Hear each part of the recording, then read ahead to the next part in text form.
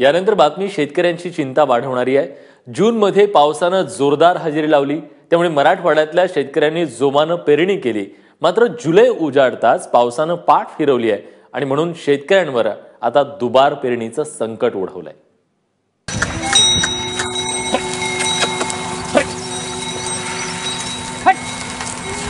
अर्जुन टकलेंनी कालपासून शेतात नांगर धरलाय।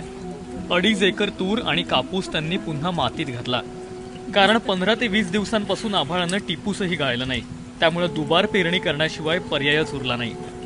सुरुवातीला पाऊस चांगला पडला, आम्ही पेरण्या केल्या बी आणून, नंतर पाऊसच आला नाही। 15-20 दिवस झाले पाऊस नाही, पीक जळून चालले, खुरपायला पुरवत नाही।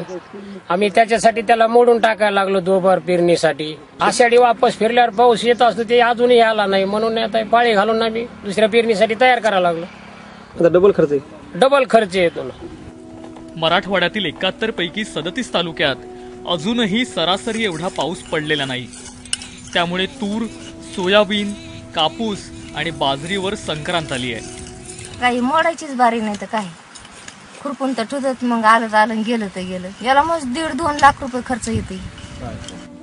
3 वर्षाच्या दुष्काळानंतर गेल्या वर्षी उत्तम पाऊस झाला, पीकही तरारून आली, उत्पादन भरपूर झालं, पण दर कोसळल्यानं शेतकऱ्याच्या हाती काहीच लागलं नाही। आता उसणवारी करून पेरलं, पण पावसानं लपाछपी सुरू केली आहे।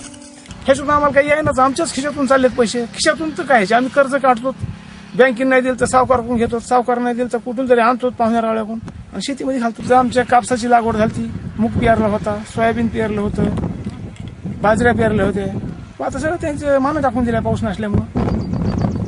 आणि खुरपाण्या कोळपाण्या सगळं, खुरपाण्या चालू आहे, कोळपाण्याचं काय आलंच नाही। कोळपायसारखं पाळ्या फिळ्या घालतोच कापसाला। आता आषाढीची वारी संपूनही 4 दिवस झाले आहेत, पण सूर्य उन्हाळ्यासारखा तळपतोय। कधीतरी आभाळ आशा दाखवून गायब होतं, पण हा खेळ थांबला नाही तर यंदाही शेतकऱ्याला दुबार पेरणीचा खर्च करावा लागेल। ज्याची तजवीज कशी करायची हा प्रश्न आहे। गोविंद शेळके, ABP माझा, बीड।